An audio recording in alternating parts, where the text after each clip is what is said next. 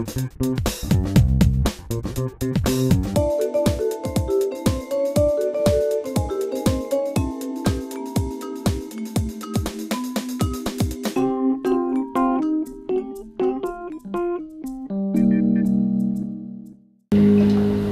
d'Alexandra.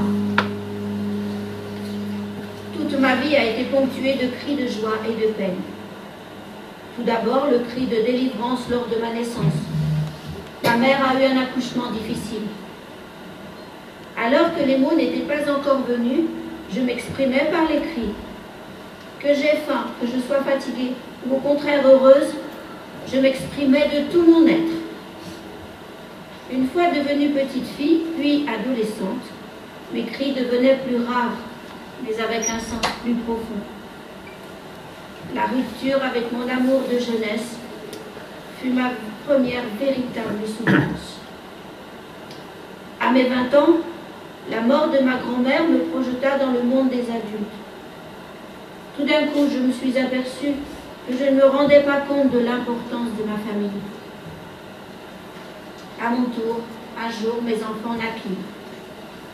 Malheureusement, un de mes jumeaux ne survécut pas à l'accouchement. Un cri, venu du fond de mes entrailles, transperça le mur de l'hôpital. Grâce à ma famille, j'ai pu surmonter cette épreuve. On a choisi de... Alors il y a certains textes qui seront lus entièrement par la même personne, et puis pour un certain nombre d'autres textes, on s'est partagé les voix par fragments. On a découpé le texte pour essayer de lui donner à la fois un petit peu plus de rythme, et puis de mettre l'accent sur certaines phrases. Voilà, en fait, la lecture à plusieurs voix, ça amplifie un petit peu l'intention qu'on a perçue, nous, dans vos textes, qui n'est pas obligatoirement l'intention que vous avez mis en l'écrivant. Hein. Il y a une part d'interprétation quand on lit, parce qu'il y a vos textes, mais il y a aussi deux autres ateliers d'écriture qui ont fourni des textes. Donc, en tout, il y a 32 textes. Ouais, je l'approche.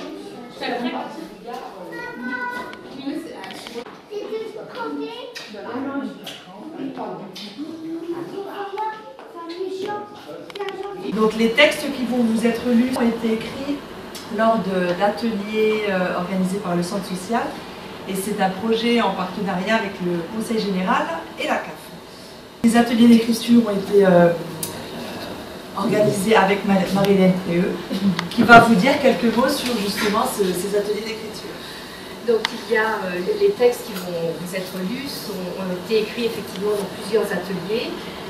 Donc j'anime ici au centre social un atelier écrit par des femmes. Et donc cette soirée s'inscrit dans le festival Itinéraire Singulier.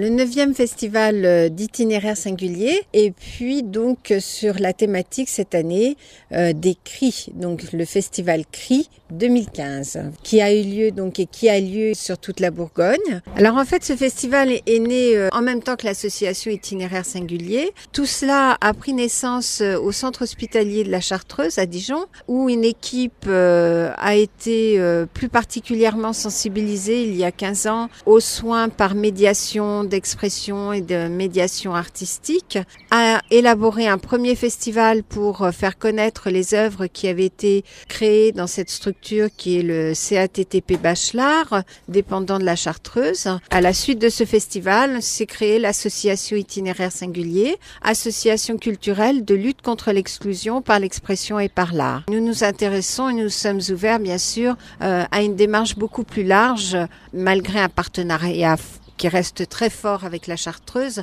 à une dynamique plus large autour des exclusions, quelle que soit leur origine ou leur situation socio-économique, etc. Et nous proposons donc un travail en profondeur autour d'un appel à création chaque année sur une thématique donnée, donc cette année les cris. Et à partir de ce travail, répondent des structures ou des associations qui sont intéressées par la thématique pour créer créer au sein de leur structure, mais aussi en partenariat et ouvert avec d'autres, car notre volonté est vraiment de faire du partage et du lien social entre tout le monde, répondent à cet appel à création. C'est ce travail en profondeur qui se mène pendant 9 mois, qui est mis en lumière, mis en valeur lors du festival Les Années Paires et lors d'une biennale Les Années Impaires. Essentiellement à partir de la dynamique de l'appel à création. Nous avions été déjà présents l'an dernier dans Lyon autour de la biennale, autour de la thématique des hommes cabanes. Et donc, en fait, ça se fait spontanément, les gens viennent vers nous, entendent parler de nous, suivent ce qui se passe sur le blog, sur notre site itinéraire-singulier.com.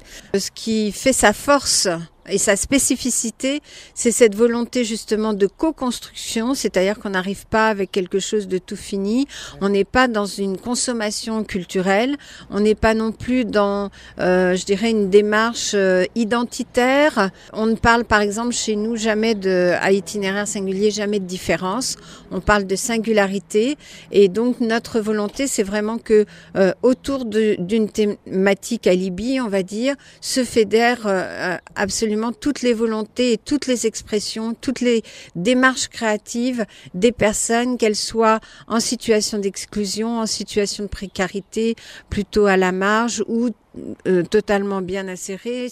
Annie. Nous sommes tous égaux. Nous naissons en poussant un cri, comme un premier défi à la vie. Ce cri, c'est la Renaissance. Il y a toutes sortes de cris. Celui que l'on devine, celui qu'on n'entend pas. Le cri qui passe sous silence, c'est un cri perdu. Le cri nerveux, on ne sait d'où il sort. Il y a des cris de démence difficiles à contrôler. Le cri braillard, le cri strident qui vous fait mal aux oreilles, vous oblige à mettre des boules tièses. Le cri des animaux au fond des bois, le cri de la forêt avec le brame du cerf, le chant des oiseaux. Dans une forêt, un bois, vous entendez toutes sortes de cris.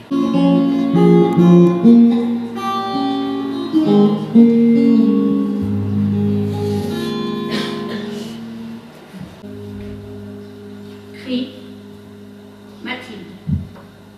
Bouge et hurle la vie, pleine de couleurs chaudes et d'envie.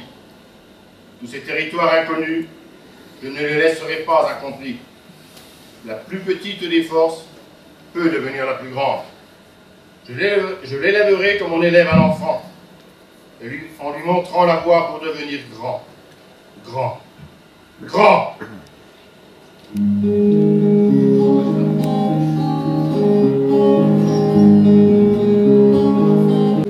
Texte d'Isabelle. Je hurlais pire qu'un loup. Ballon plein de mal et de colère. La protestation qui arrivait à son paroxysme avait coloré mes murs d'un orange acide, d'un feu phénoménal. Cet antre dans lequel je vivais reflétait mon état intérieur, criant de toutes mes forces. Quel nœud immonde avait fini par me jeter cet éclair jusqu'au mur, de même que dans mon regard. Toute mon histoire aurait pu être contée pour décrypter ce dernier tour de force que je ne cachais aucunement, qu'au contraire, j'approuvais comme un appel pour consoler ma détresse. Texte d'Anna Maria. Aujourd'hui, j'ai beaucoup de cris en moi.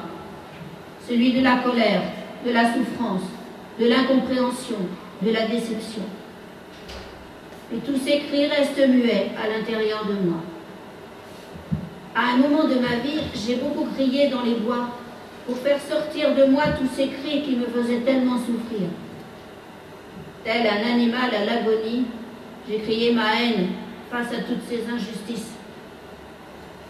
Mais heureusement, dans ce dur parcours qu'est la vie, j'ai connu d'autres cris. Le cri de la souffrance en donnant naissance à mes enfants, mais aussi le cri de la vie. Et ils m'ont apporté les cris de la joie, du plaisir, de la satisfaction, mais aussi les cris de l'autorité. Je sens qu'au fond de moi, il y a encore beaucoup de cris. Celui surtout de l'incompréhension face à toutes les injustices, la maladie, la mort, la trahison,